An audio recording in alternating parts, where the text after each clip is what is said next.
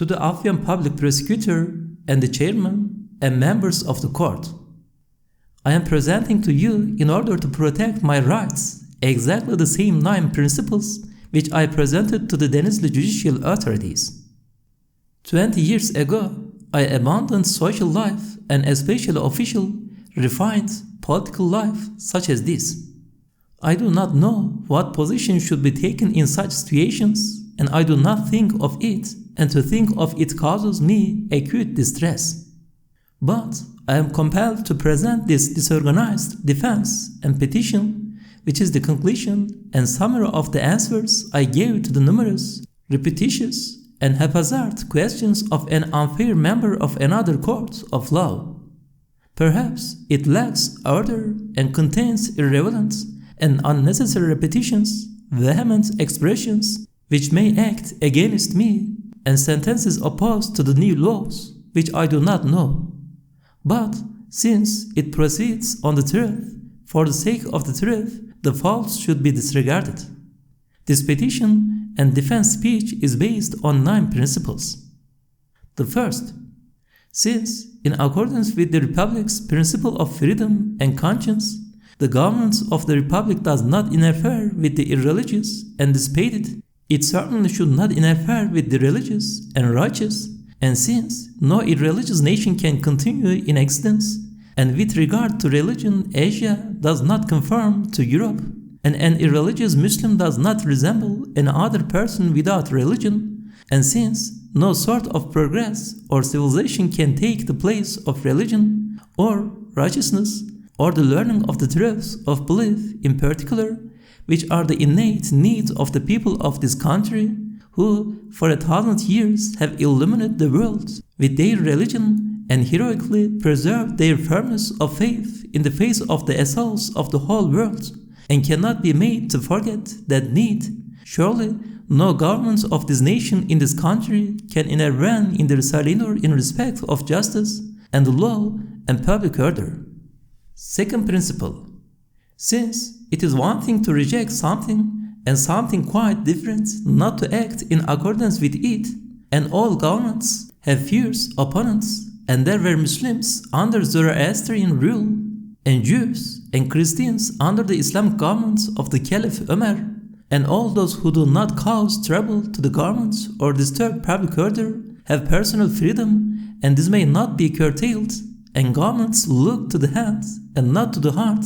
And since those who want to upset public order and the administration and interfere in politics will doubtless concern themselves with the newspapers and current affairs in order to learn about the movements, situations, and events that will assist them so they make no false moves.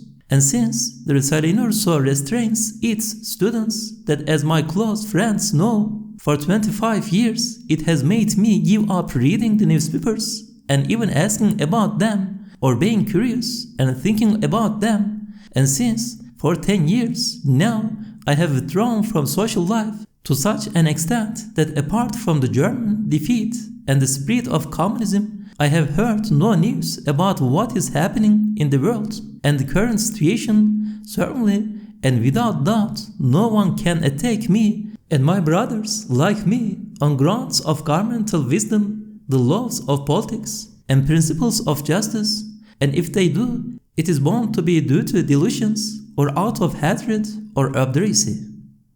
Third principle, I am obliged to give the following lengthy details because of the meaningless and unnecessary objections of the public prosecutor of the former court, which he made due to a misunderstanding concerning not the law, but his bigoted love of a certain dead person. Firstly, before it fell into the hands of the government, I treated the fifth ray as confidential. Moreover, it was not found in any of the searches. Also, its purpose was only to save the ordinary people from doubts concerning their beliefs and from denying allegorical hadith. It looks the worldly aspects of the hadith only indirectly in third or fourth place. The predictions it makes are true. Moreover, it does not contest the politicians and worldly, it only makes predictions. Also, it does not specify anyone. It explains in general fashion a true meaning of a hadith. But they applied that general truth to a fearsome person living in this century. They therefore objected to it, supposing it had been written in recent years. In fact, the original of the treatise was previous to the Darul Hikmet, but it was set in order some time later and included in the Risale-i Nur. It was like this.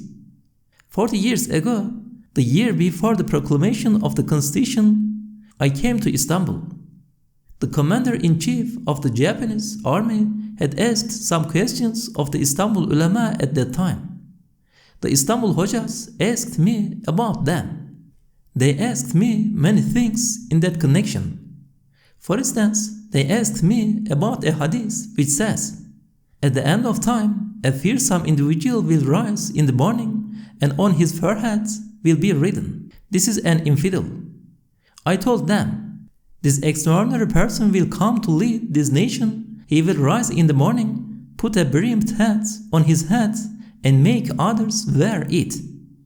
After receiving this answer, they asked me, 'Won't those who wear it be infidels?' I said, 'They will be made to wear the brimmed hat and be forbidden to prostrate in prayer. But the belief in the heads of those wearing the brimmed hat will make the hat prostrate, and God willing will make it Muslim.' They then said, 'This person will drink water, and his hand will be pierced, and it will be known through this that he is the Sufyan.' I said to them in reply, 'It is commonly said about someone who is very extravagant that he has a hole in his hand. That is, he cannot hold onto anything, it flows from him and is lost. Thus, this fearsome man will be addicted to raqqa, it will make him ill, he will become excessively extravagant and accustom others to being the same.' Then someone asked, 'When he dies, a Satan will proclaim loudly to the world from Dikilitash in Istanbul that so and so has died.' So I said, 'The news will be broadcast by telegraph.' However, I heard shortly afterwards that the radio had been invented, and I realized that my answer had not been completely accurate. 8 years later, while in the Darul Hikmet, I said, 'A Satan will broadcast it to the world by radio.' They then asked me questions about the barrier of Zulkarnain, Gog and Magog, the beast, the Betul Ars, the Antichrist, Dajjal, and the second coming of Jesus, peace be upon him, and I replied to them. In fact, the answers are written in part in my old treatises. Sometime later, Mustafa Kemal twice summoned me to Ankara by means of the former governor of the province of Van, my old friend Tahsin Bey, in recognition of my published work, The 6 Steps, Hutuvat-ı Sitte. I went. Since Sheikh Sunusi did not know Kurdish, it was proposed I should take his place as general preacher of the eastern provinces on a salary of 300 liras. I was also offered a position as a deputy and my former post together with the other members of the Darul Hikmet within the Directorate of Religious Affairs. Moreover, being endorsed by 163 out of 200 deputies, 150,000 liras were allotted for the Madrasat al-Zahra, my university in the east, the foundations of which I had laid in one, and this was accepted. However, since I saw that the predictions of the original of the fifth ray were in part realized in a person there, I was compelled to forego those most important duties. Telling myself that the person could not be opposed or confronted, I gave up the world and politics and the life of society and dedicated all my time to saying religious belief. However, a number of tyrannical and unjust officials forced me to write 2 or 3 treatises which looked to the world. Later, in connection with some questions asked by some persons about allegorical hadiths, which give news of the events at the end of time, I rearranged that old treatise. It received the name of the fifth ray. The Risale-i Nur is not numbered chronologically. For example, the 33rd letter was written before the first letter, and the original of the fifth ray and some other parts were written previously to the Risale-i Nur itself. Anyway, the illegal, unnecessary, and inaccurate objections and questions of a public prosecutor asked out of bigoted love of Mustafa Kemal forced me to provide these explanations outside the subject. I am giving here as an example some of the entirely personal and unlawful things he said in the name of the law. He said, "Aren't you sincerely sorry that you insulted him in the fifth ray with expressions like swilling down raki and wine like a water pump?" I say in reply to the completely meaningless and mistaken bigotry arising from his love, the victory and honor of the heroic army cannot be ascribed to him, he can have only a share of it. Like it would be tyrannical and an awesome injustice if the booty, possessions, and rations of an army were all given to its commander. Yes, just as he accused me of not loving that unjust and extremely false man, quite simply accusing me of being a traitor, so I accuse him of not loving the army, for he ascribes all its honor and moral booty to the man he loves, depriving the army of all glory. The reality is that positive things and instances of good and virtue should be distributed among the community and army, and the negative things, destruction, and faults ascribed to the chief. For the existence of something is dependent on the existence of all its conditions and elements, and the commander is only one of the conditions, while the non-existence of the thing and its falling apart occurs through the non-existence of one of its conditions and one of its elements being spoiled and destroyed. Instances of good and virtues for the most part are positive and pertain to existence. The leaders cannot lay claim to them. Instances of bad and false are destructive and pertain to non-existence, and the leaders are answerable for them. While the reality is thus, just as if a tribe is mocked if, when it wins victories, Hasanah is applauded, and when it is defeated it is blamed, and this is judged to be the reverse of the truth, in just the same way, in the name of the court, the public prosecutor imputed a fault to me that was completely the reverse of the truth and reality. Similarly to his mistake, a little previously to the Great War, while I was in one, a number of religious, God-fearing persons came to me. They told me, "Some of the military commanders act contrarily to religion. Come and join us, we are going to rebel against them." I told them, "Bad conduct and irreligion like that is particular to commanders like them. The army cannot be held responsible for it. There are perhaps 100,000 saints in the Ottoman army. I shall not draw my sword against it. I will not join you." They left me, drew their swords, and the fruitless but this incident occurred. A short time later, war broke out. The army took part in it in the name of religion. It entered the jihad, and 100,000 martyrs from it rose to the degree of sainthood.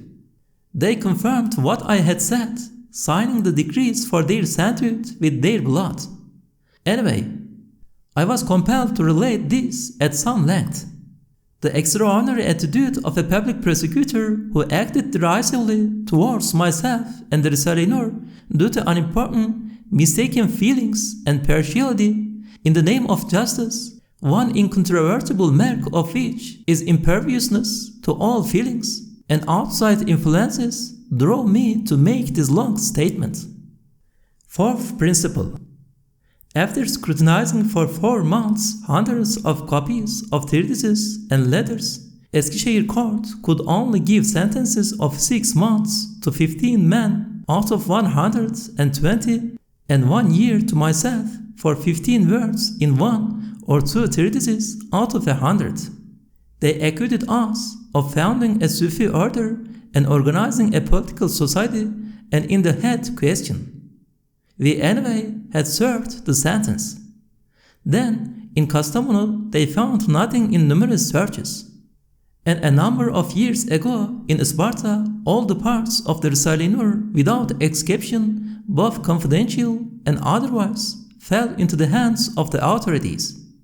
They were all returned to their owners after 3 months of scrutiny. A few years later, all the parts of the Risale-i Nur remained for 2 years in the courts of Denizli and Ankara. Then they were all returned to us. Since the fact is that those who accuse myself and the Risale-i Nur students emotionally, maliciously, and unlawfully in the name of the law like him are accusing before us both Eskişehir Court and Denizli Court and Ankara Criminal Court, making them partners in our crime if there is one. For if we had been guilty, those 3 or 4 authorities did not see it despite their close scrutiny, or they disregarded it, and 2 courts did not see it having studied it minutely for 2 years, or they disregarded it, which makes them more guilty than us.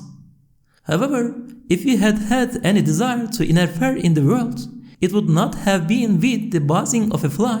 It would have exploded and boomed like a cannon. Yes, anyone who accuses of political intrigue a person who defended himself vehemently and without restraint in the military court after the 31st of March incidents and in the speaker's office in the face of Mustafa Kemal's anger, saying he was hatching his schemes for 18 years without allowing anyone to detect it, surely does so for some malicious purpose. We are hopeful that like the Denizli public prosecutor, the Afyon public prosecutor will save us from the malice and accusations of such people and demonstrate true justice. 5th principle. A fundamental principle of the Risale-i Nur students is that, as far as is possible, they do not interfere in politics or matters of administration or government activities, because for them, working seriously for the Qur'an is worth everything and is sufficient. Also, no one who enters politics among the overwhelming currents that now prevail can preserve his independence and sincerity. He is bound to become subject to one of the currents, and it will exploit him for worldly ends. It will corrupt the sacredness of his duty. Also, in the material struggle, due to the utter tyranny and despotism that is the rule this century, he would have to crush numerous innocent supporters of a person because of the error that person had made. He would otherwise be defeated. It would also seem in the view of those who had given up their religion for the world, or who exploited it, that the Qur'an's sacred truths, which can be the tool of nothing, were being exploited for political propaganda. Also, every class of people, supporters and opposers, officials and common people, should have a share of those truths, and all are in need of them. The Risale-i Nur students have therefore to avoid politics and the material struggle completely and not be in any way involved in them, so that they may remain completely impartial. 6th principle. The Risale-i Nur should not be attacked in this matter because of my personal faults or those of some of my brothers. It is bound directly to the Qur'an, and the Qur'an is bound to the Supreme Throne, who has the ability to stretch out his hands and unfasten it. Also, as is indicated by 33 Qur'anic verses, Imam Ali's, may God be pleased with him, 3 miraculous prophecies, and the certain pronouncements of Ghawsul Azam, may his mystery be sanctified.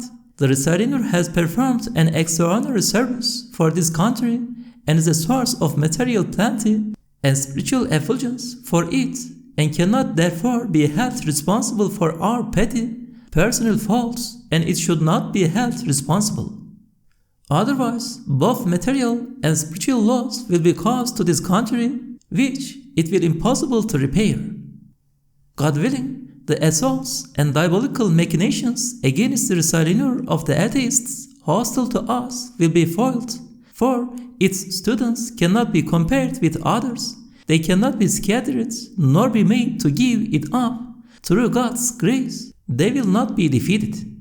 If the Qur'an had not prohibited them from physical defense, those students who are everywhere and have won public favor, which is like the lifeblood of this nation, would never get involved in petty, fruitless incidents like the Sheikh Said and Menemen incidents. If, God forbid, they were persecuted to the point they were compelled and the Risale-i Nur attacked, the atheists and dissemblers who deceived the government would regret it 1,000 times over. In short, since we do not interfere in the worlds of the worldly, they should not interfere in our work for the hereafter and our service of religious belief. I am relating here by way of defense an old memory and pleasant anecdote that was neither divulged in Eskişehir court, nor written in the official records, nor included in my defense speeches. They asked me there, "What do you think about the Republic?" I replied, "As my biography, which you have in your hands, proves, I was a religious Republican before any of you, with the exception of the chairman of the court, was born." A summary is this: like now, I was living at that time in seclusion in a remote tomb. They used to bring me soup, and I would give breadcrumbs to the ants. I used to eat my bread, having dipped it in the soup. They asked me about it, and I told them, "The ant and bee nations are Republicans. I give the breadcrumbs to the ants out of respect for their republicanism." Then they said to me, "You are opposing the righteous early generations of Islam." I told them in reply, "The four rightly guided caliphs were both caliphs and presidents of the Republic. Abu Bakr the Virtuous, may God be pleased with him, the 10 promised paradise, and the companions of the Prophet, upon whom be blessings and peace, were like presidents of the Republic. But not as an empty name and title, they were heads of a religious republic which bore the meaning of true justice and freedom in accordance with the Sharia." I told them, "Mr. Prosecutor and members of the court, you are accusing me of holding an idea opposite to that which I have held for 50 years. If you ask me about the secular republic, what I understand by it is that secular means to be impartial, that is, a government which, in accordance with the principle of freedom of conscience, does not interfere with the religiously minded and pious, the same as it does not interfere with the irreligious and dissipated. I withdrew from political and social life 25 years ago, and what form the government of the Republic has taken, I do not know. If I seek refuge with God, it has assumed a fearsome form whereby, on account of irreligion, it passes and accepts laws to incriminate those who work for their belief and lives in the hereafter. Then I announce to you fearlessly and warn you that if I had 1,000 lives, I would be ready to sacrifice all of them for belief and life in the hereafter. Do whatever you will. My last word is, for us, God suffices, and He is the best disposer of affairs. In response to your wrongfully commanding me to capital punishment or hard labor, I say, as the Risale-i Nur has discovered and shown with absolute certainty, I am not being executed, I am being discharged and departing for the world of light and happiness. As for you, our coward enemies, wretches who oppress us on account of misguidance, since I know you are condemned to eternal extinction and everlasting solitary confinement, and I have seen this, I have taken my revenge on you totally, and am ready to surrender up my spirit with a perfectly easy mind. 7th principle. In consequence of superficial investigations held in other places, Afyon Court looked on us as a political society. My reply is this. Firstly, as is testified to by all those who have befriended me, I have read no newspaper for 19 years, nor listened to one, nor asked about one, and for the past 10 years, 5 months, have received no news except about the German defeat and the terror of communism, and I have not been curious and have not known. Such a person surely has no connection whatsoever with politics and no relations with any political society. Secondly, the 130 parts of the Risale-i Nur are there for all to see. Understanding that they contained no worldly goal, and no aim other than the truths of belief, Eskişehir court did not object to them with the exception of one or two of the parts, and Denizli court objected to none at all, and despite being under constant surveillance for 8 years, the large Kastamonu police force could find no one to charge apart from my 2 assistants and 3 others, and those charges were merely pretexts. This is a decisive proof that the students of the Risale-i Nur are in no way a political society. If what is intended by society in the indictment is a community concerned with religious belief and the hereafter, in reply we say this. If the name community is given to university students and tradesmen, it may also be applied to us. But if we call us a community that is going to breach internal security by exploiting religious feelings, in response we say, the facts that in no place over a period of 20 years in these stormy times, Risale-i Nur students have breached internal security or disturbed public order, and no such incident has been recorded by either the government or any court, refutes this accusation. If the name community is given meaning, it might breach internal security in the future through strengthening religious feelings, we say this. Firstly, foremost, the Directorate of Religious Affairs and all preachers perform the same service. Secondly, it is not disturbing the peace and breaching security. The students of the Risale-i Nur protect the nation from anarchy with all their strength and conviction and maintain public order and guard security. The evidence for this has been cited in the first principle. Yes, we are a community, and our aim and program is to save firstly ourselves and then our nation from eternal annihilation and everlasting solitary confinement in the intermediate realm, and to protect our compatriots from anarchy and lawlessness, and to protect ourselves with the firm truths of the Risale-i Nur against atheism, which is the means to destroying our lives in this world and in the next. 8th principle. Saying its treatises contain some sharp expressions, they accuse us as a result of deficient and superficial study of the Risale-i Nur carried out in other places. In reply, I say this. Since our aim is belief and the hereafter, it is not confrontation with the worldly. And since the sharpness particular to this very insignificant 1 or 2 treatises was not intentional, we bumped against the worldly while advancing towards our goal, it certainly does not infer political prejudice. And since possibilities are one thing and occurrences are something else, and what we have been accused of is possibly disturbing public order, not having disturbed it, it is meaningless, for anyone may kill someone else. And since over a period of 20 years, in their scrupulous investigations into 20,000 people and thousands of copies and letters, and in their searches, neither Eskişehir, nor Kastamonu, nor Isparta, nor Denizli could find anything constituting a real crime, Eskişehir court was compelled to find us guilty because of one short treatise under one article of an elastic law, and could only give 6 months sentences to 15 people out of 100 in such a way that they should have sentenced all who teach religion. I wonder if the 20 confidential letters one of your people had written over a year were scrutinized, wouldn't they contain 20 incriminating sentences which would shame him? But the fact that in 20,000 copies of the treatises and letters from 20,000 people they could not find 20 truly incriminating sentences shows that the Risale-i Nur's aim is solely the hereafter. It has no business with this world.